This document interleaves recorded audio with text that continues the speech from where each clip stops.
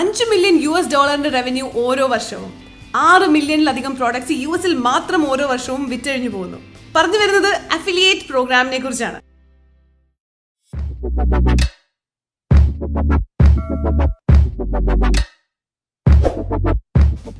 Video തുടങ്ങുന്നതിന് മുമ്പ് ഒരു റിക്വസ്റ്റ് ഉണ്ട്. ഇതുവരെ ഈ ചാനൽ സബ്സ്ക്രൈബ് ചെയ്തിട്ടില്ലെങ്കിൽ പ്ലീസ് സബ്സ്ക്രൈബ്. ഇത് വേറെ ഒന്നും കൊണ്ടല്ല, സബ്സ്ക്രൈബേഴ്സ് കൂടുമ്പോഴേക്കും എനിക്ക് ഇനിയും ഇങ്ങനത്തെ വീഡിയോസ് ഉണ്ടാക്കാനായിട്ടുള്ള ഒരു മോട്ടിവേഷൻ ആയിരിക്കും.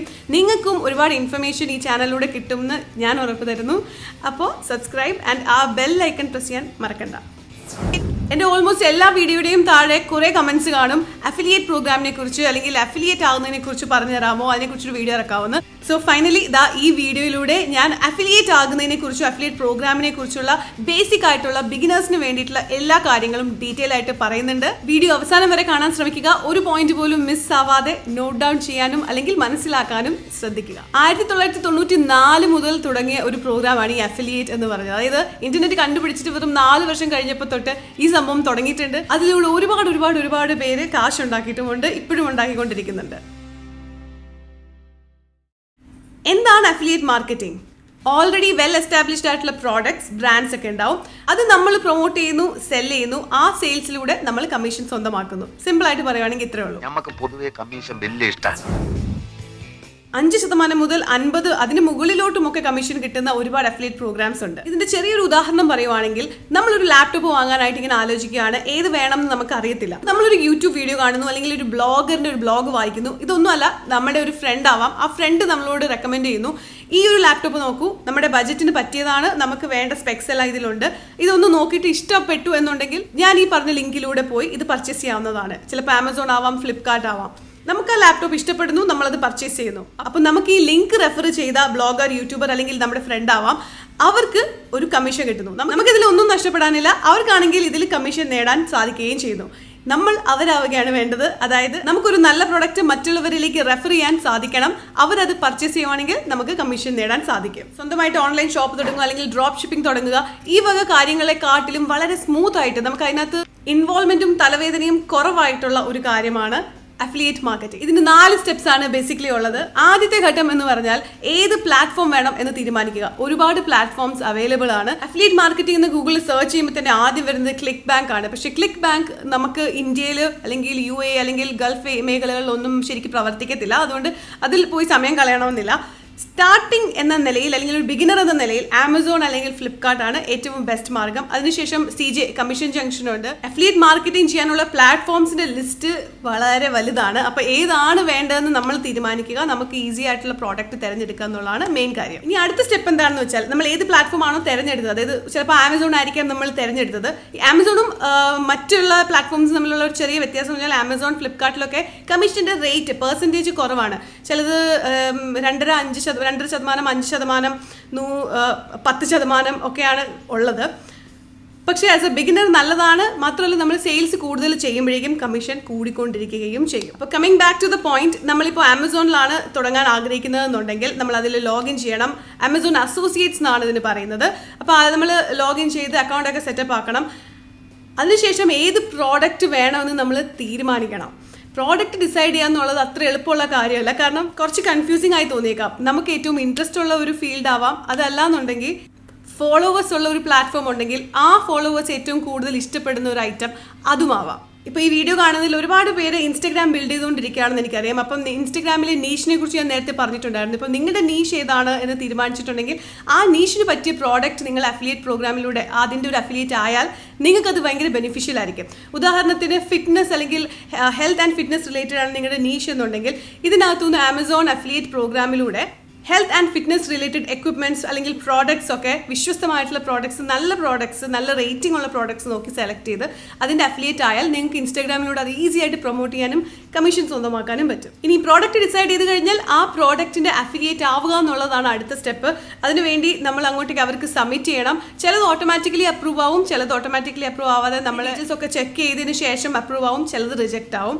ഇനി അപ്രൂവ് ആയി കഴിഞ്ഞാൽ അതിൻ്റെ ലിങ്ക് നമുക്ക് കോപ്പി ചെയ്യാൻ പറ്റും. ആ ലിങ്ക് കോപ്പി ചെയ്തിട്ട് ഈ ലിങ്കാണ് നമ്മളുടെ എല്ലാം. ഈ ലിങ്കിലൂടെയാണ് നമുക്ക് പണം സ്വന്തമാക്കാൻ സാധിക്കുക. ഇനി അഫിലിയേറ്റ് മാർക്കറ്റിന്റെ ലാസ്റ്റ് ഘട്ടം എന്താണെന്ന് വെച്ചാൽ പ്രൊമോട്ട് ചെയ്യുക എന്നുള്ളതാണ്. അത് നമുക്ക് നമ്മുടെ വാട്സാപ്പിലൂടെയോ അല്ലെങ്കിൽ നമ്മുടെ ഫ്രണ്ട്സിനെ ഒക്കെ റെക്കമെൻഡ് ചെയ്യാം, നമ്മുടെ ഈ ലിങ്ക്സ് റെഫർ ചെയ്യാം. അതല്ലാന്നുണ്ടെങ്കിൽ നമുക്ക് സോഷ്യൽ മീഡിയ പ്ലാറ്റ്ഫോംസ് അല്ലെങ്കിൽ ബ്ലോഗ്സ്, യൂട്യൂബ് ചാനൽ ഇതൊക്കെ ഉണ്ടെങ്കിൽ ഇതുവഴി നമുക്ക് നമ്മുടെ പ്രോഡക്റ്റ് മാർക്കറ്റ് ചെയ്യാവുന്നതാണ്. ഈ ഘട്ടത്തെക്കുറിച്ച് വിശദമായിട്ടൊരു വീഡിയോ ഞാൻ ഉടനെ തന്നെ ഇറക്കുന്നതായിരിക്കും. കാരണം അത് ഈ ഒരു വീഡിയോയുടെ ഭാഗമായിട്ട് പറഞ്ഞിട്ട് കാര്യമില്ല, അതൊരു വിശദമായിട്ട് പറയേണ്ട കാര്യമാണ്. മാത്രമല്ല ഈ വീഡിയോയിൽ ഞാൻ ഇതിന്റെ ബേസിക് ബിഗിനർ ലെവലിലുള്ള കാര്യങ്ങൾ മാത്രമേ പറയുന്നുള്ളൂ. ഈ വീഡിയോക്ക് ഇനി പല ഭാഗങ്ങൾ വരും. അതായത് എങ്ങനെ ലിങ്ക് സെറ്റപ്പ് ആക്കാം, അക്കൗണ്ട് സെറ്റപ്പ് ആക്കുന്നതും, അഫിലിയേറ്റ് ലിങ്ക് നേടുന്നതും, അപ്രൂവൽ എടുക്കുന്നതും, ഇങ്ങനത്തെ പല സ്റ്റെപ്പ് ഉണ്ട്. അതിന്റെ തന്നെ അടുത്ത സ്റ്റെപ്പാണ് പ്രൊമോഷൻ. അപ്പം പല ഭാഗങ്ങൾ ഈ വീഡിയോയുടെ ഇനി നിങ്ങൾക്ക് പ്രതീക്ഷിക്കാവുന്നതാണ്. അഫിലിയേറ്റ് മാർക്കറ്റിംഗിന്റെ ഒരു നെഗറ്റീവ് സൈഡ് ഉണ്ട്, അത് ഞാൻ പറയാം. അതിന് മുമ്പ് ഒരു ചെറിയ കാര്യം കൂടെ പറയാം. വേൾഡ് വൈഡ് ആയിട്ടുള്ള മിക്ക അഫിലിയേറ്റ് പ്രോഗ്രാം പ്ലാറ്റ്ഫോംസും, അതായത് ഇപ്പം CJ അല്ലെങ്കിൽ ആമസോൺ ഇതുപോലുള്ള ഇവരൊക്കെ മിക്കപ്പോഴും ചെയ്യുന്നത് എന്താണെന്ന് വെച്ചാൽ നമ്മളുടെ ഒരു ലിങ്ക് വഴി ഒരു കസ്റ്റമർ അത് ക്ലിക്ക് ചെയ്യുന്നു നോക്കുക. ചിലപ്പോൾ ഒരു ബ്യൂട്ടി പ്രോഡക്റ്റ് ആവാം. ആ ബ്യൂട്ടി പ്രോഡക്റ്റ് ക്ലിക്ക് ചെയ്തിട്ട് അത് വാങ്ങിക്കണോ വേണ്ടിയോ എന്നിങ്ങനെ ആലോചിച്ച്, നമ്മൾ എന്തായാലും അപ്പം തന്നെ വാങ്ങിക്കുന്ന ആൾക്കാരല്ല. അപ്പോൾ എന്തായാലും കുറച്ച് നാൾ ആലോചിച്ചതിന് ശേഷമായിരിക്കും വാങ്ങിക്കുക. അപ്പോൾ അതിനകത്തൊരു ബെനിഫിറ്റ് എന്താണെന്ന് വെച്ചാൽ പല നല്ല അഫിലിയേറ്റ് പ്രോഗ്രാംസും ഈ ലിങ്ക് ക്ലിക്ക് ചെയ്തതിന് ശേഷം അവർ അന്ന് തന്നെ അത് വാങ്ങിച്ചില്ലെങ്കിൽ പോലും ഈ ലിങ്ക് ക്ലിക്ക് ചെയ്തിട്ട് അവർ അടുത്ത 30 ദിവസത്തിനുള്ളിൽ എപ്പോഴെങ്കിലും അത് പർച്ചേസ് ചെയ്തിട്ടുണ്ടെങ്കിൽ അതിന്റെ കമ്മീഷൻ നമുക്ക് കിട്ടും. അത് വളരെ വലിയൊരു പ്ലസ് പോയിന്റ് ആണ്. CJ, അതായത് ഞാൻ അഫിലിയേറ്റ് ആയിട്ടുള്ള ഒരു പ്രോഗ്രാമാണ് CJ. അപ്പോൾ CJയിൽ പല ബ്രാൻഡ്സും ഇങ്ങനെ പ്രൊവൈഡ് ചെയ്യുന്നുണ്ട്. അത് നമുക്ക് ഭയങ്കര ബെനിഫിഷ്യൽ ആണ്. കാരണം നമ്മുടെ ലിങ്ക് ക്ലിക്ക് ചെയ്തായിരിക്കും ഒരാൾ ഈ ഒരു പ്രോഡക്റ്റിനെ കുറിച്ച് അറിയുന്നതും ചിന്തിക്കുന്നതും. പിന്നീട് വാങ്ങാൻ ഒരല്പം ഡിലേ ആയെന്ന് വെച്ചിട്ട് നമുക്ക് കമ്മീഷൻ കിട്ടാതിരിക്കരുതല്ലോ. പക്ഷേ ആമസോണിന്റെ കേസിൽ മിക്ക പ്രോഡക്ട്സും 24 മണിക്കൂർ മാത്രമേ ആ ഒരു സമയം തരാറുള്ളൂ എന്നാണ് ഞാൻ അറിഞ്ഞത്. അപ്പോൾ ഈ അഫിലിയേറ്റ് മാർക്കറ്റിംഗിന്റെ ഒരു പോരായ്മ നമുക്ക് പറയാം. അത് പറഞ്ഞുകൊണ്ട് നമുക്ക് ഈ വീഡിയോയുടെ ലാസ്റ്റ് ഭാഗത്തോട്ട് കിടക്കാം. നമ്മുടെ ഫോളോവേഴ്സിന് നമ്മൾ നല്ലൊരു പ്രോഡക്റ്റ് റെക്കമെൻഡ് ചെയ്തു. നമ്മുടെ ഈ അഫിലിയേറ്റ് പ്രോഗ്രാമിലൂടെ നമ്മുടെ ലിങ്ക് നമ്മൾ ഷെയർ ചെയ്യുന്നു. അവരത് ഓപ്പൺ ചെയ്യുന്നു. ആ ലിങ്ക് ഓപ്പൺ ചെയ്തിട്ട് അവർക്ക് ആ പ്രോഡക്റ്റ് ഒക്കെ ഇഷ്ടപ്പെട്ടു. അവർ നേരത്തെ പറഞ്ഞ പോലെ തന്നെ അവർ ആലോചിക്കുകയാണ്, പിന്നെ വാങ്ങിക്കാന്നൊക്കെ വിചാരിക്കുകയാണ്. പക്ഷേ ഇവർ പിന്നെ വാങ്ങിക്കുന്നത് വേറെ ഒരു ഡിവൈസിലൂടെയാണെന്ന് വിചാരിക്കുക. ചിലപ്പോൾ നമ്മുടെ ലിങ്ക് ഇവർ ഓപ്പൺ ചെയ്തത് മൊബൈലിലൂടെ ആയിരിക്കാം. പക്ഷേ പിന്നീട് അവർ സാധനം വാങ്ങിക്കുന്നത് ലാപ്ടോപ്പിലൂടെയോ അല്ലെങ്കിൽ വേറെ ഏതെങ്കിലും കമ്പ്യൂട്ടറിലൂടെയോ വേറെ മൊബൈലിലൂടെയോ ഒക്കെയാണ് വാങ്ങിക്കുന്നതെന്നുണ്ടെങ്കിൽ നമുക്ക് അതിൻ്റെ കമ്മീഷൻ കിട്ടില്ല. അങ്ങനത്തെ സെയിൽസ് നഷ്ടം നമുക്ക് പ്രതീക്ഷിക്കണം.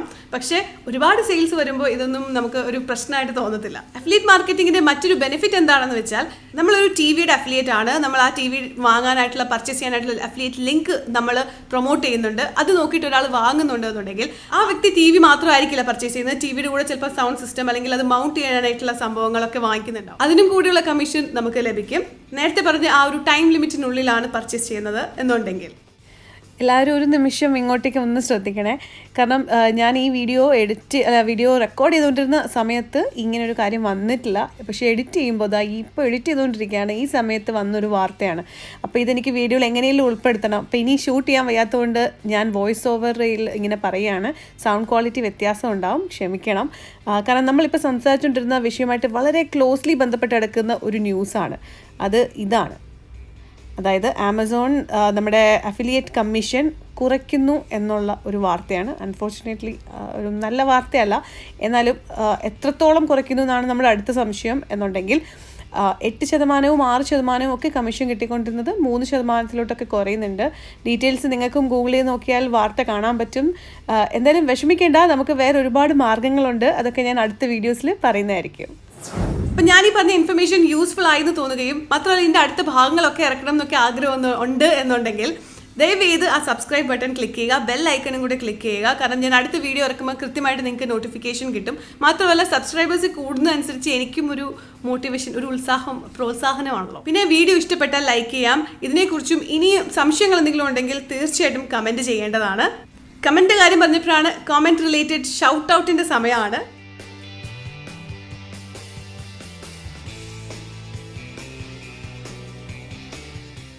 അപ്പോൾ എല്ലാ തവണയും പറയുന്ന പോലെ തന്നെ ഓൺലൈൻ മണി മേക്കിംഗ് എന്ന് പറയുന്ന ഒരു ഹാക്കോ ഒരു ട്രിക്കോ ഒന്നുമല്ല. നാളുകളെടുത്ത് നമ്മൾ തന്നെ ഡെവലപ്പ് ചെയ്ത് വരേണ്ട ഒരു സ്കില്ലാണ് അല്ലെങ്കിൽ ഒരു വർക്ക് എക്സ്പീരിയൻസ് ആണ്. അപ്പോൾ ഇനി അടുത്ത വീഡിയോയിൽ കാണും വരെ ബൈ.